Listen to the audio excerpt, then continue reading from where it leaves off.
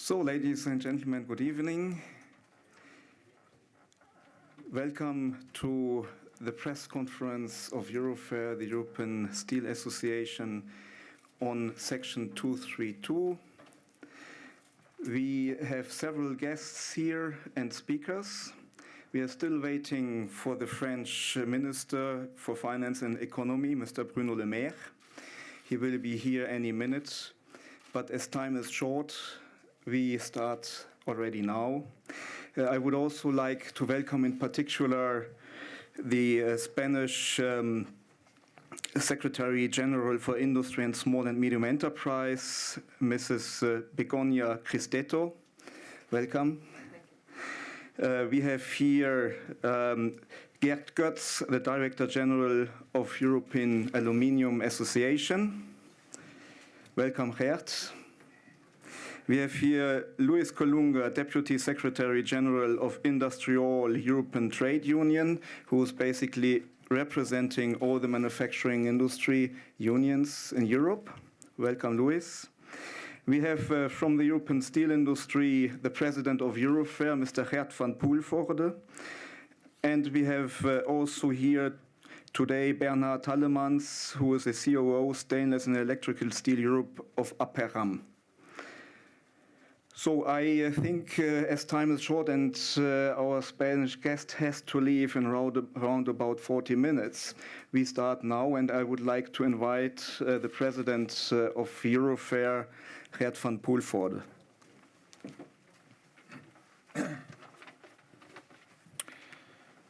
Thank you, Axel.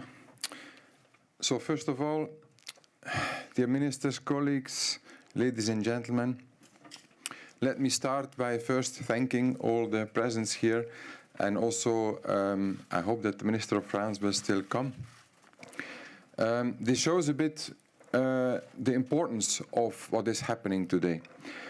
It shows also that there is close relationship between the political authorities, the Commission and the industry for this case. So we should not forget, when we talk about steel industry, the last 10 years we went through several crises.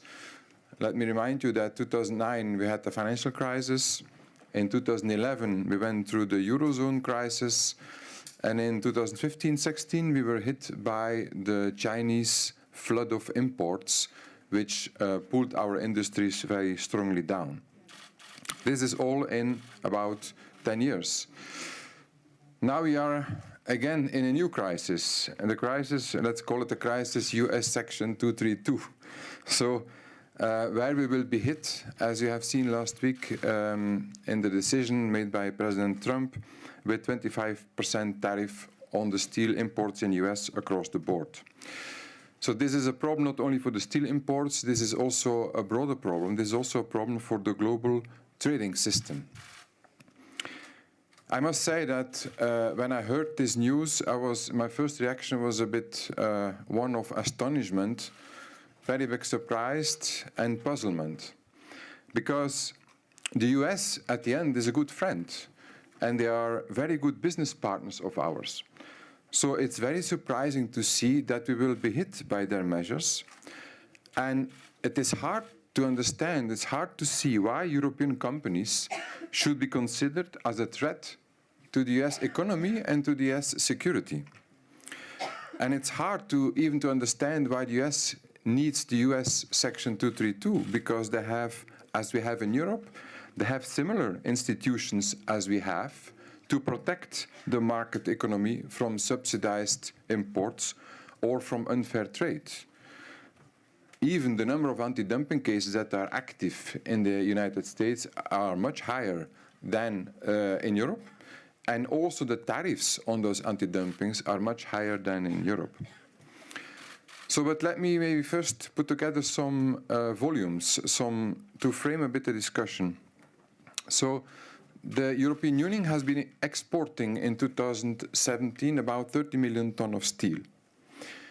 From this 30 million tons of steel, 5 million tons went to the US.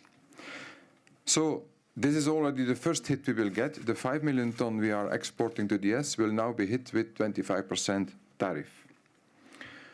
But there is a second hit we will get, And this is the problem of the increased imports that will come from trade deflection. Since it is clear that the imports that the US is stopping will find a home market into Europe.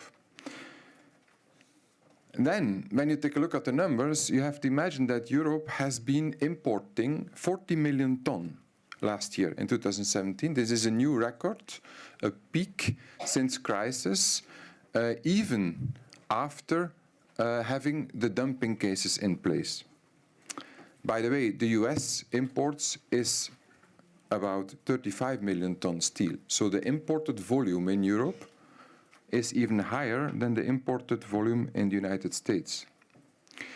Now, when you take a look at the 35 million tons that are imported in the United States, and you take out Canada and Mexico that have had their exception from the US administration, we think that there is a risk that about 13 million tons, 13 million tons, will find an additional way into Europe.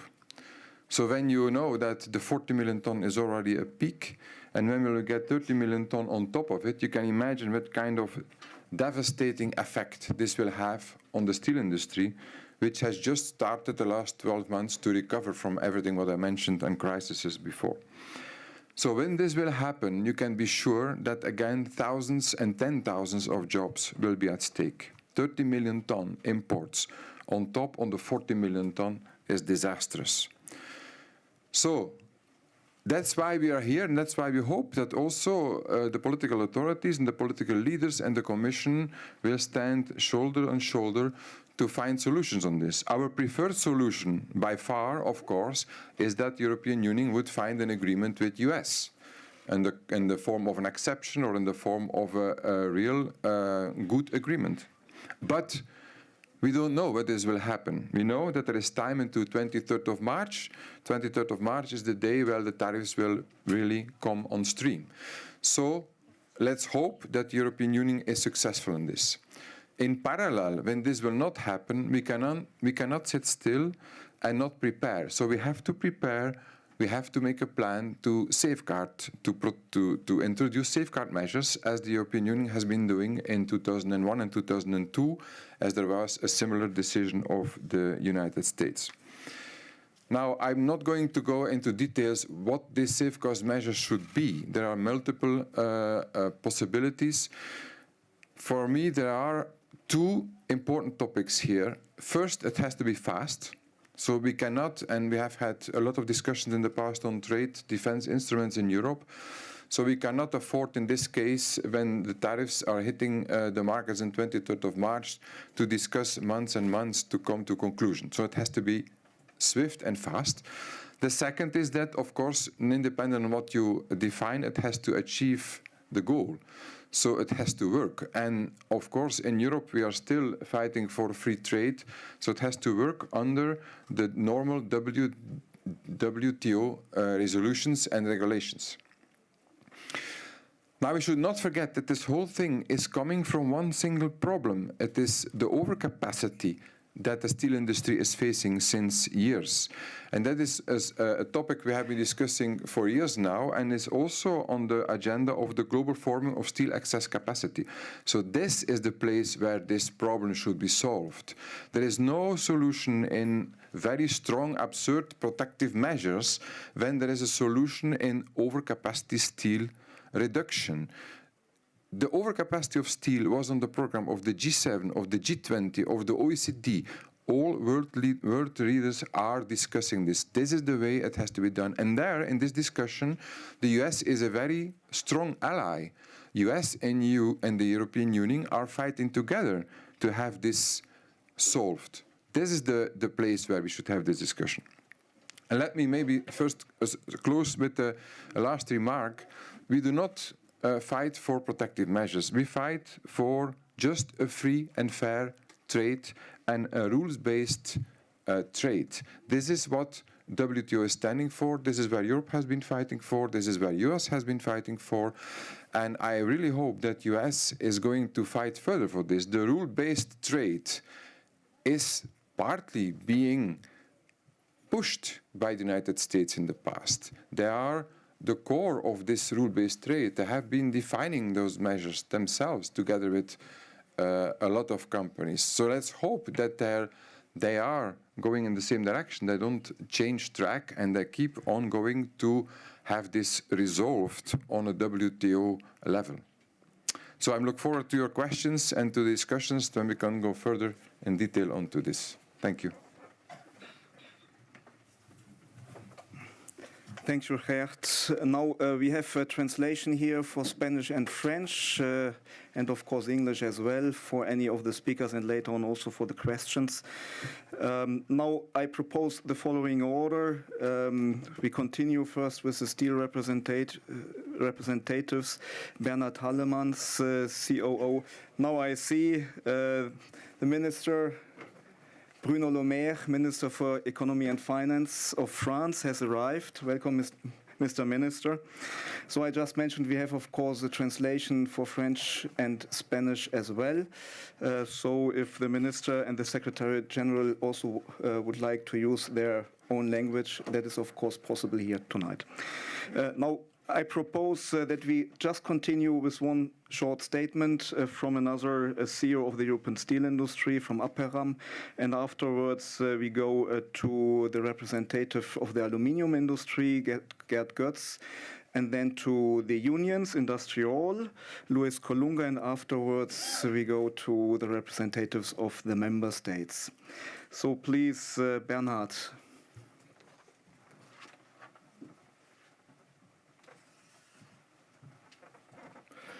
Thank you, Axel. Ladies and gentlemen, I will be very short because I can only support what the President just explained to you. I come myself from a stainless steel producer with an important footprint in Europe, and the situation at this moment is a serious situation. We as well in stainless steel are faced with exports, with imports, and I can give you the stainless steel numbers, but you will see that the orders of magnitude are exactly the same as what the President just said. We are not looking for any escalation. We are looking for a fair and a trade ground that is even for all players. The most important thing we would like to see is speed. And I think the President also said it, speed in implementation of any measures that could give us this fair ground of playing. And this is the most important message I would like to convey to you today. Thank you.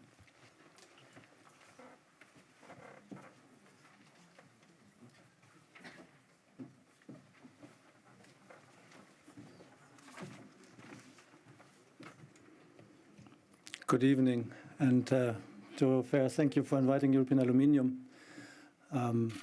We may compete in daily business very fiercely, but I think this is an issue where we have to stand together, and I can only compliment what your President had, what you have said.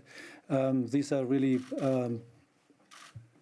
incredible important times for us to stand this situation, and I do not want to repeat the fundamentals because there's pretty much the same for the aluminium industry, but I want to give you a few basics where the steel and the aluminium industry are different, because it's, I think, for you also good and important to know. So imposing tariffs on aluminium is certainly also here the wrong tool, and it does not fit the real challenge we face, and that's Chinese overcapacity and nothing else.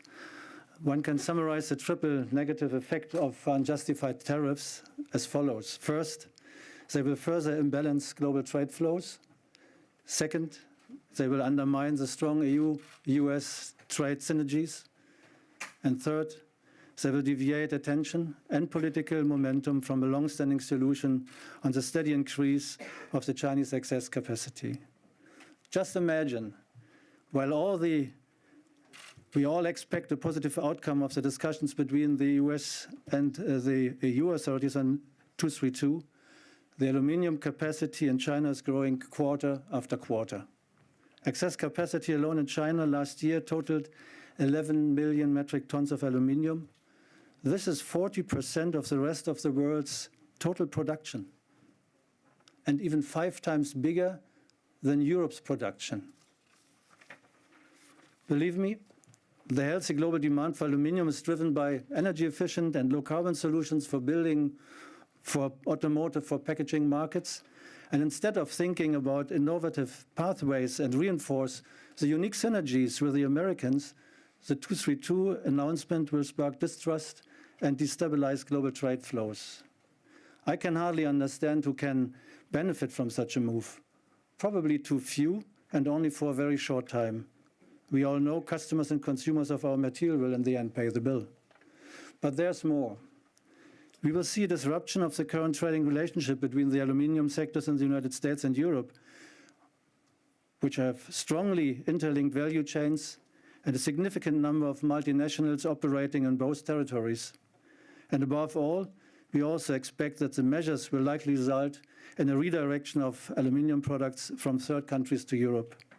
Such redirection can hit European markets massively, and that's why decisive actions must be taken to neutralize effects on our entire value chain with its more than 600 plants, including primary production, semi-fabrication, and recycling. To neutralize effects on jobs and future investments, and to neutralize also the effects on an industry that directly and indirectly employs 1 million people and yields an annual turnover of around about 40 billion euros. To conclude, some key messages to our decision makers. The European Union as a bloc and all its institutions are now challenged by a potential trade crisis. This crisis can also be seen as an opportunity.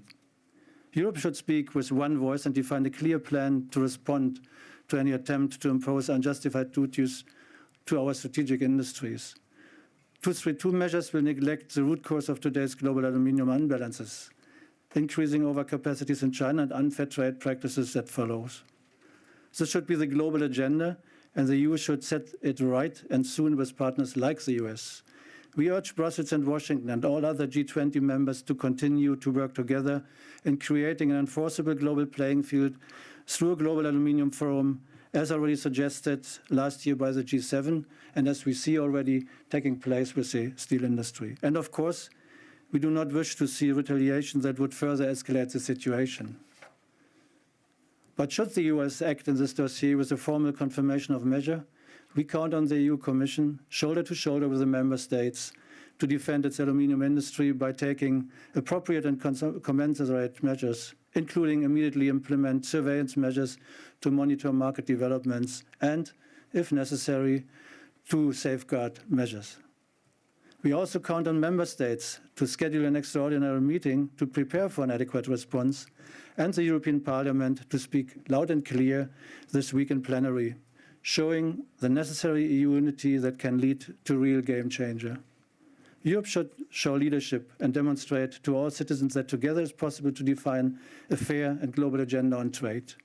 With that, European Aluminium thanks very much EUROFER for this opportunity, and we remain open for more questions then later.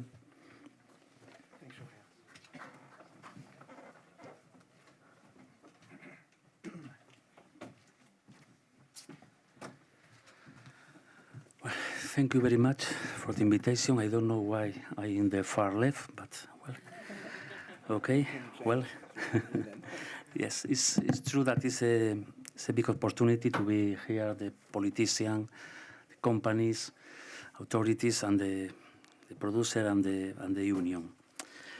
We are very concerned about the announcement of the President Trump to impose unfair and unjustified tariffs on European steel and aluminium. For us, it may cause a strong effect on European jobs and steel communities across Europe, steel and aluminium. Mr. Van Poelvoorde talked before about the last 10 years. I would like to say that in the steel and aluminium industry, we are discussing and with a lot of problems in the last 40, 50 years. We started a lot of years in the restructuration. We remember we started with the petroleum crisis in the 70 years.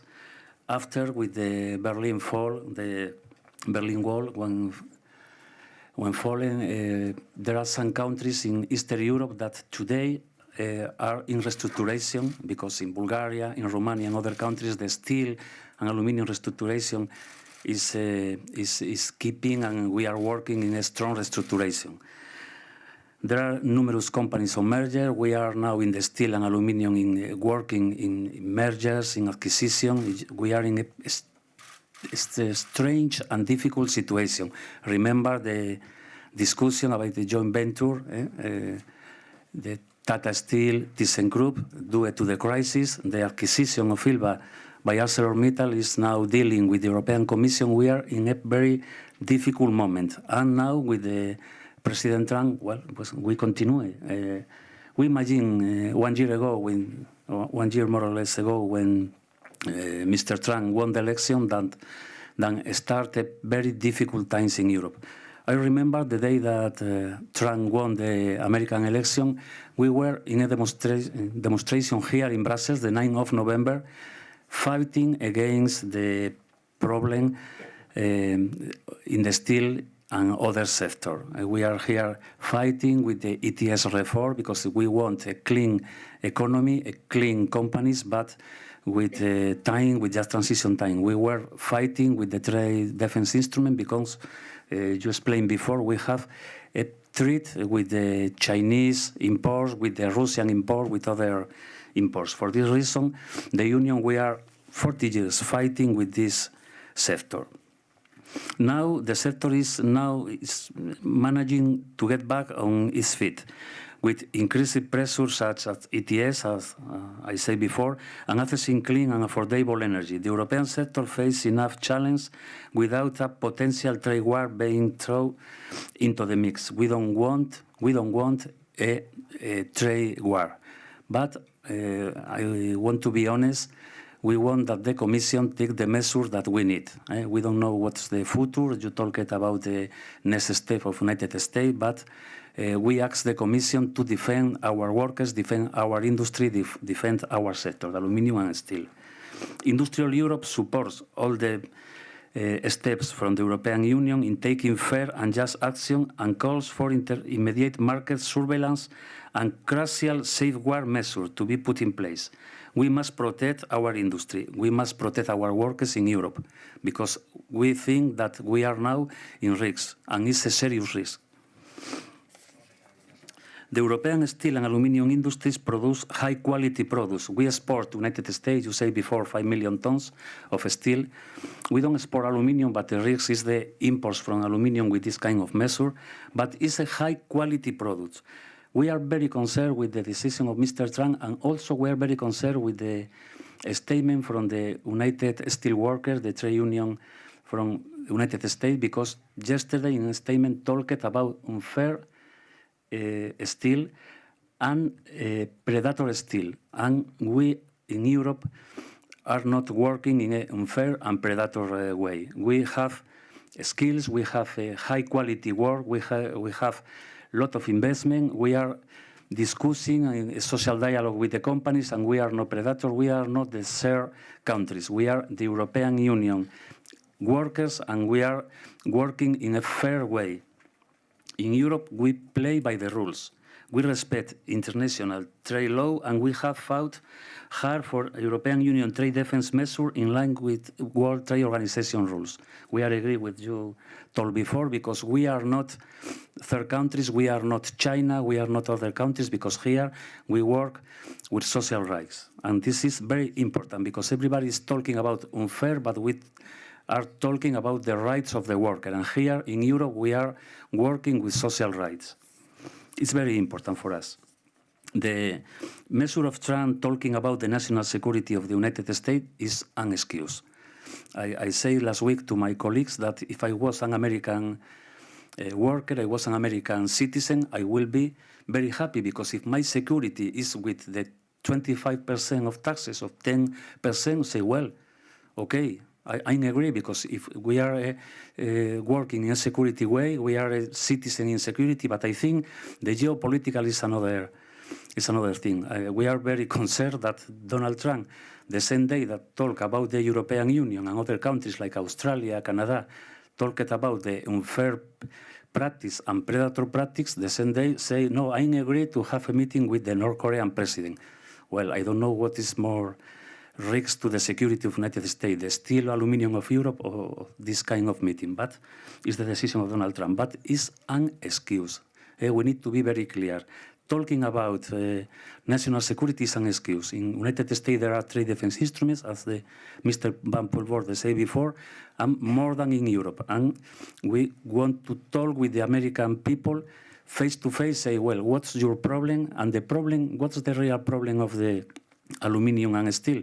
Is the overcapacity. We say a lot of time ago, the overcapacity of steel and aluminum in the world is the problem of the low price, and is the problem and excess of offered.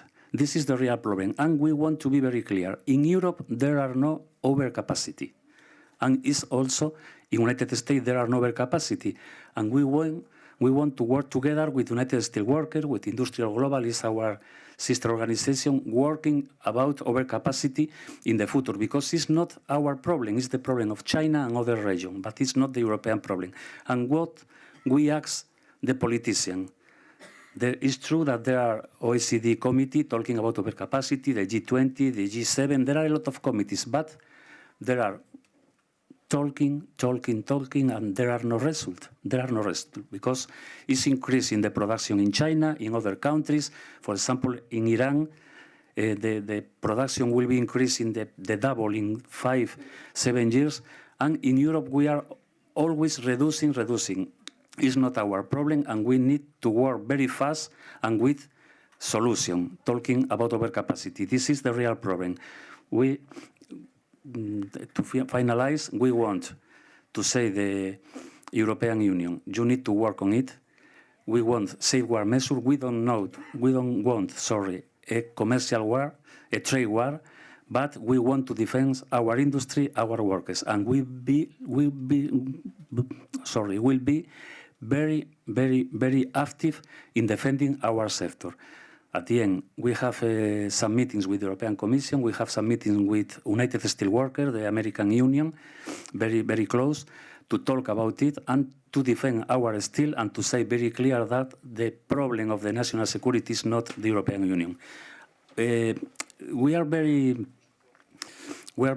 close to look for a solution, but I think there will be a problem with the sanction, because if Donald Trump, except Canada, except Mexico, European Union, South Korea, Australia, Japan, I don't know what will be the measure. I think he's in a jail because the decision before the election is bad.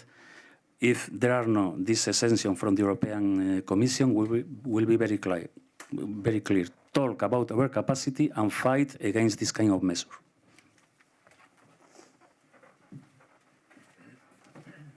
Thanks a lot, Louis. Ladies and gentlemen, we have 1 year of moderate recovery behind us after almost 10 years of crisis. Now, we cannot let President Trump to destroy this. He cannot destroy the moderate recovery in which our industry has entered. And you have just heard from the aluminium industry, from the steel industry representatives, and from the unions that we have a united front, and we are supporting the European Commission and the European Council in taking all the measures, all the instruments at its hand to defend the interests of the European steel and aluminium industries. Now, I would like to give the word to the French Minister Le Maire. Monsieur le Ministre, vous êtes le bienvenu. Je vous en prie de prendre la parole.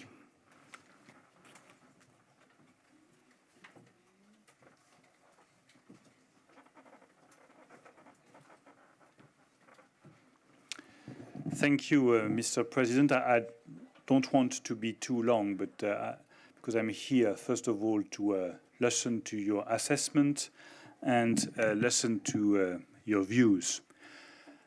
I just wanted to recall the current situation. We all know that there is a problem with steel overcapacity in the world. The question is, what is the right answer to that problem? We strongly believe that the right answer to the question of steel and aluminium overcapacity in the world is not protectionism. and that we have to address that question in the multilateral framework, either the G20 or the WTO. This is what we, Europeans, we strongly believe. I would like also to recall what is at stake for us, strong allies of the United States of America. What is at stake is thousands of jobs, hundreds of companies, thousands of plants, either in Italy, in Spain, in France, in Germany. And we want to defend our jobs. We want to protect our economic interests. And we want to be very clear towards our American friends. We do not want to enter into any kind of trade war, but we will defend our economic interests. We will defend our plans. We will defend our industry. And we will strongly defend our jobs. The answer that we call for and the response that we, French people, we call for is a strong, united answer from the European nations. We think that we have to put all the responses on the table, either countermeasures or safeguard measures, to make very clear that we will be strong. Do not have any doubt about that. Europe is a strong continent. Europe is the gathering of strong nations which are able to defend their interests. We have to make a very clear assessment of the economic consequences of the Trump administration's decisions on our economy and our industry. And thereafter, we will have to explain very clearly that we have the necessary steps and the necessary measures on the table to defend our own interests, our industry, and our jobs. Thank you.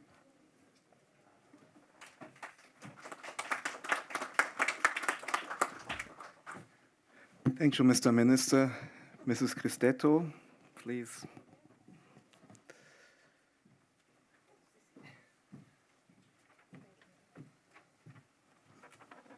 Okay, thank you. Thank you very much for inviting me to this press conference. For me, it's really very important for my country to be with you this afternoon. It's not easy to be the last person to take the podium because you have already said everything. But okay, I think that the measure announced by the President Trump regarding trade and steel run against free trade principles promoted worldwide for the European Union and the World Trade Organization.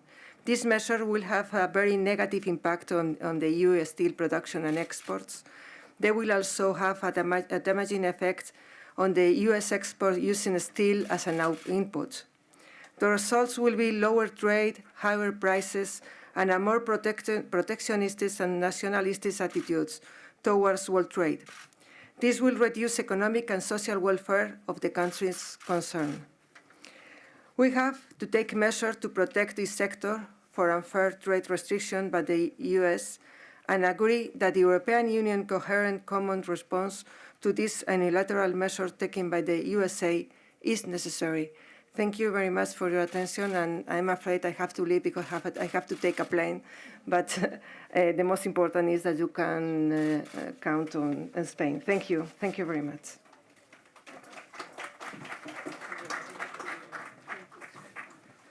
Thank you, Secretary General.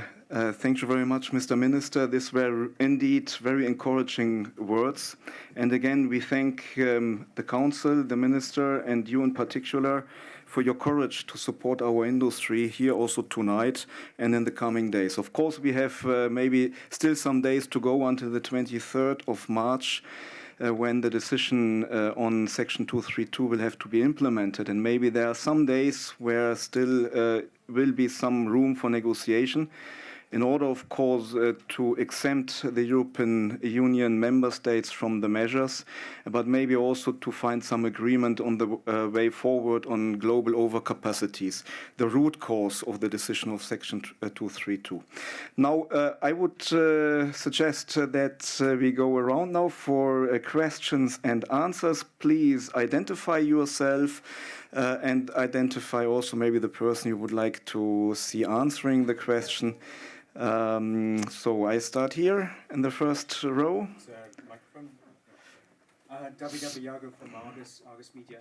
You can also come here if you like and ask the question from here. I think it's a question for Geert, but maybe the Minister as well. Is obviously you don't want to give the detail of the safeguard measures that you're discussing, that will come, but the general outline, you want a quota-based system. Do you see the EU moving towards that?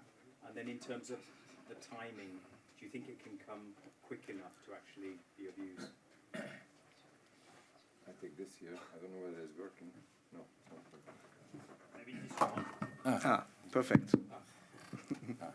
So, as I mentioned, there are, of course, the two most important topics. So, speed is the first thing. So, we hope that it can be done in 1 month. European Union is saying us, we have to translate to all the different languages, and we have to have the member states also voting on it, so it may take a bit longer. We are convinced that when we have the maximum speed in Europe, we could do it in 1 month. From the measures, as I mentioned in my opening speech, for me the most important is that it works. So now, do quota work? Yes, quota work. Do quotas work with the tariff combination? Yes, it also works with the tariff combination. So this is just a matter of how you define the measures. And as I mentioned, they have to be under the WTO regulation. So I think the Commission will now investigate in detail all the technical details and take a look what is the best fitting measure that fulfills the WTO regulations and does what it has to do. Be sure that we are not getting this deflected imports from the US. Thank you, Geert. Oh, there's another micro. That's excellent. So maybe the Minister would also like to answer. No? Next question, please. Hello, Joanna Sapinska, MLEX. Question to everybody, I think. The situation is very dynamic. You said that you are in a close contact with the Commission. There was a visit of the USTR on Saturday in Brussels, a meeting with Commissioner Malmström. Do you have any signals of any chances for this exemption for the EU to be granted to the EU? Do you expect further meetings, or just if you could give us the update of what's going on right now? Thank you. Yeah, maybe I try. According to our information, there has been no progress on Section 232, but as I said before, there's still some days to go, up to the 23rd of March. However, we understand that there has been made progress in terms of an agreement how the EU and the US will negotiate for the WTO a strengthening of some of the rules on subsidies, for example. But this is, however, independent from this current Section 232 case.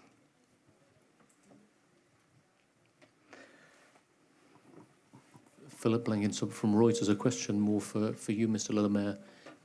You're obviously aware that there are safeguards being discussed and then countermeasures as well. Does France support countermeasures? I mean, maybe not. You don't want to go into the details specifically, but just in general. And is there not a risk that if the EU takes countermeasures, that it will spark a response from Trump, which he's kind of already indicated, and slide towards a trade war? Once again, we do not want to enter into any kind of trade war with the United States.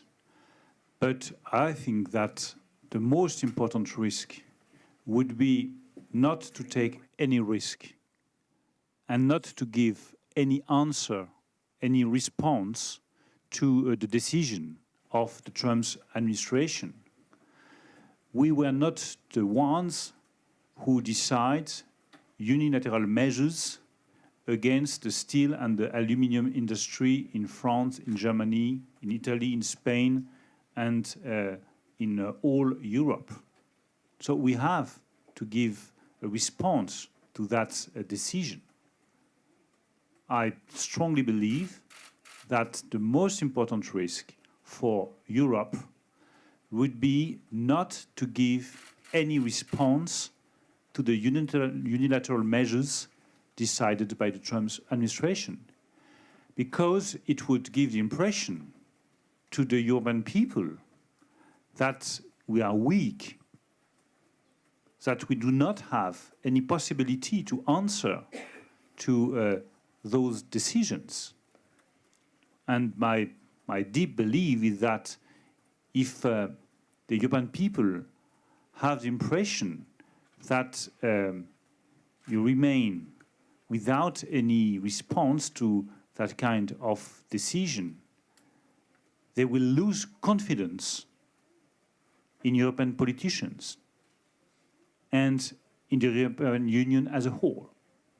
So that's why I'm calling for a strong, united response from the Commission and from the European nations. And I think that we are on the right track.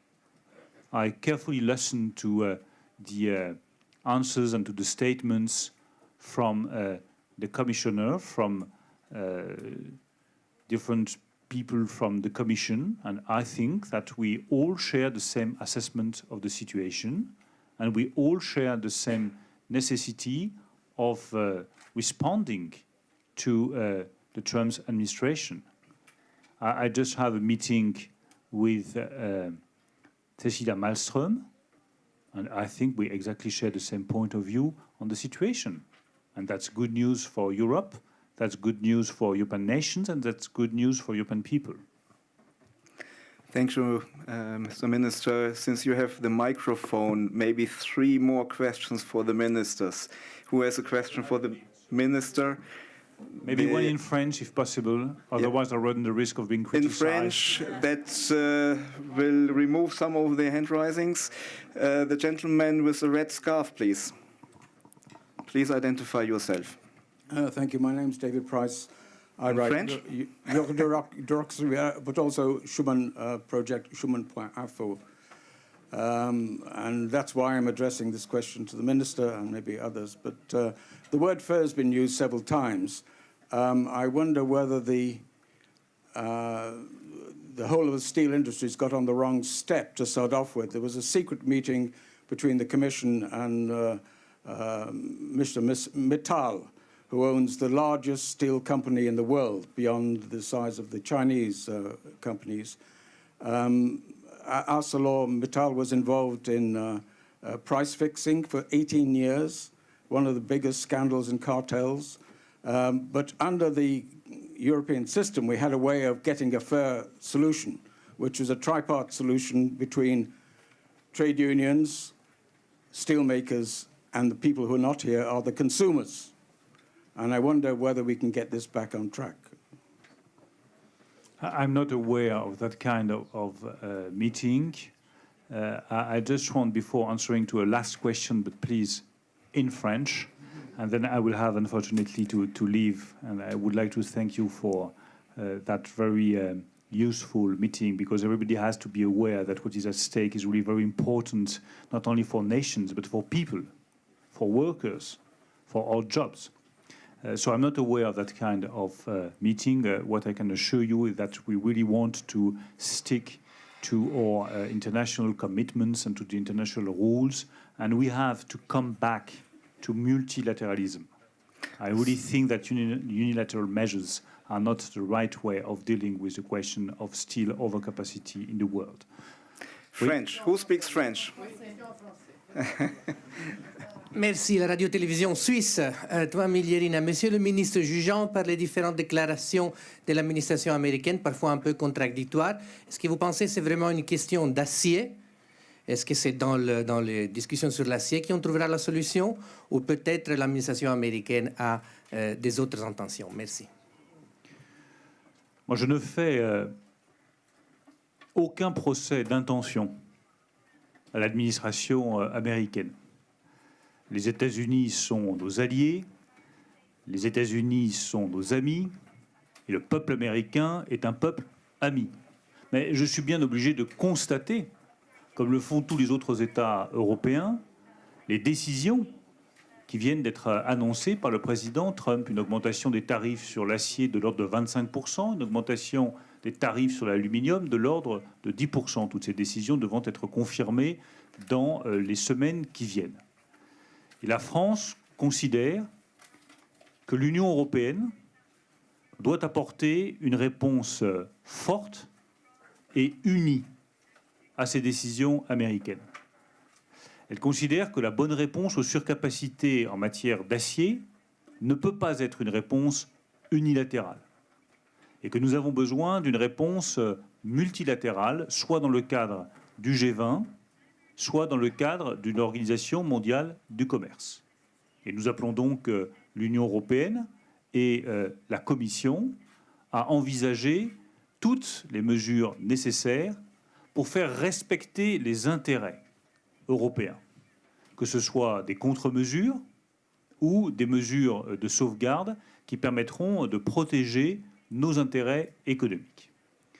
La France tient aussi à dire que ce qui est en jeu dans cette affaire-là, ce sont des emplois, ce sont des sites industriels, qui sont souvent des sites industriels fragiles, car chacun sait que le marché de l'acier est difficile.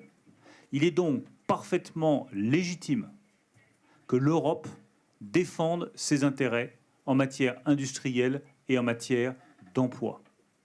Je voudrais que nos amis américains prennent conscience que les décisions qui peuvent être prises dans les jours qui viennent peuvent conduire à l'affaiblissement d'industries européennes, à la fermeture de sites, au licenciement de salariés, et que ce n'est évidemment pas ce que un continent comme le continent européen peut attendre d'un allié aussi proche que les États-Unis.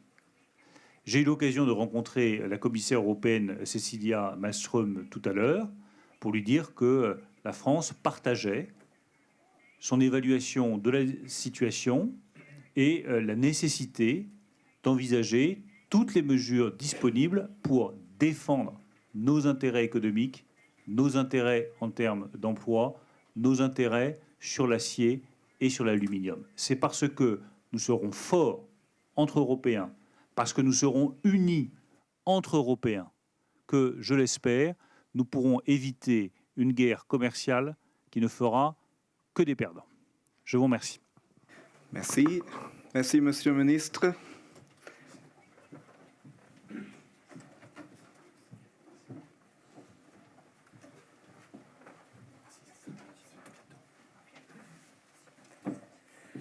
So we continue in English. Maybe you can come closer, a little bit more to the middle. So more questions here, please, Platz. Yes, Peter Brennan from Platts. I just wanted to ask about this 13 million tonne figure that you think will be redirected to the European Union. So this instantly assumes that the US is going to produce an extra 1 million tonnes a month plus, which seems bold. And it also assumes that all of this steel will go to the European Union rather than being displaced to either the domestic markets of the other exporters. I mean, how did you get to this 13 million tonne figure? It seems dramatic. Yes, of course, it is dramatic. It doesn't only seem dramatic. We are talking about 26 million tons, which are imported into the US from the global world, except Canada and Mexico, which would be an additional 9 million tons. So 26 million tons, and most of that will have to look for new destinations. And Sorry, someone, yeah, no, it's working.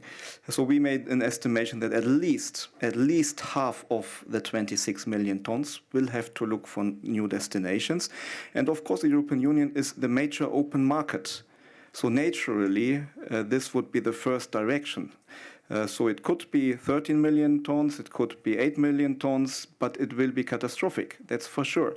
So for that reason, we need swift action, swift safeguard action from the European Commission. Maybe one remark on your million ton. So I think you have seen in the press that US companies are preparing to extend capacities massively. So they are restarting blast furnaces, and they're going to invest in new electric arc furnaces. This is all over in the press, which is now announced. But the measures are not even taking place. So, you know, so this will come on stream. So, by the way, it's not helping overcapacity worldwide when you start to restart installations and to rebuild installations and keeping the imports out. But this will find a solution. So. Of course, what is clear is that when this measure comes fast, that there is also a threat for the consumers in US. This is for sure. Hi, Chris Davis with Platts as well. This question is for Mr. Goetz. In terms of aluminum, do you have any similar numbers in terms of exports that may come to Europe? And also, from a capacity perspective, it seems like the U.S. would not be able to ramp up capacity to meet demand. So would there still be a need for imports in the U.S. Going forward? We have made similar calculations, and what we have seen is that our rather low estimate is that the moment the tariffs are in place, we can wait for around about 3-4 weeks to see the first primary production coming to Europe, because Europe is the biggest, second biggest after China, the second biggest market for aluminium globally. And as for those who are producing, be it Russia, be it Middle East, a very close market also. Those who are also delivering to the US as we speak. So this calculation is rather conservative. And then there will be a second wave coming in when you look at the semi-fabricated products. That's where we come into the rolling extruded products. We will see here probably over the period of 6 to 9 months, 35+% more products coming to Europe. Again, very conservative estimation.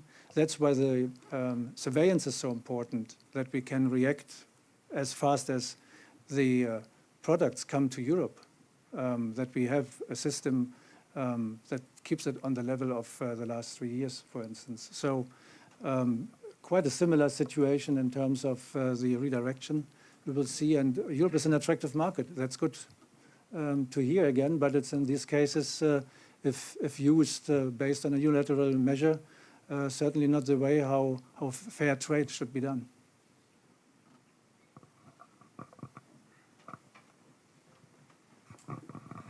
More questions? This is not the case. Excellent. So, ladies and gentlemen, thank you very much. We wish you a nice evening, and I think this is not the last word on this issue. So, talk to you soon. Bye-bye.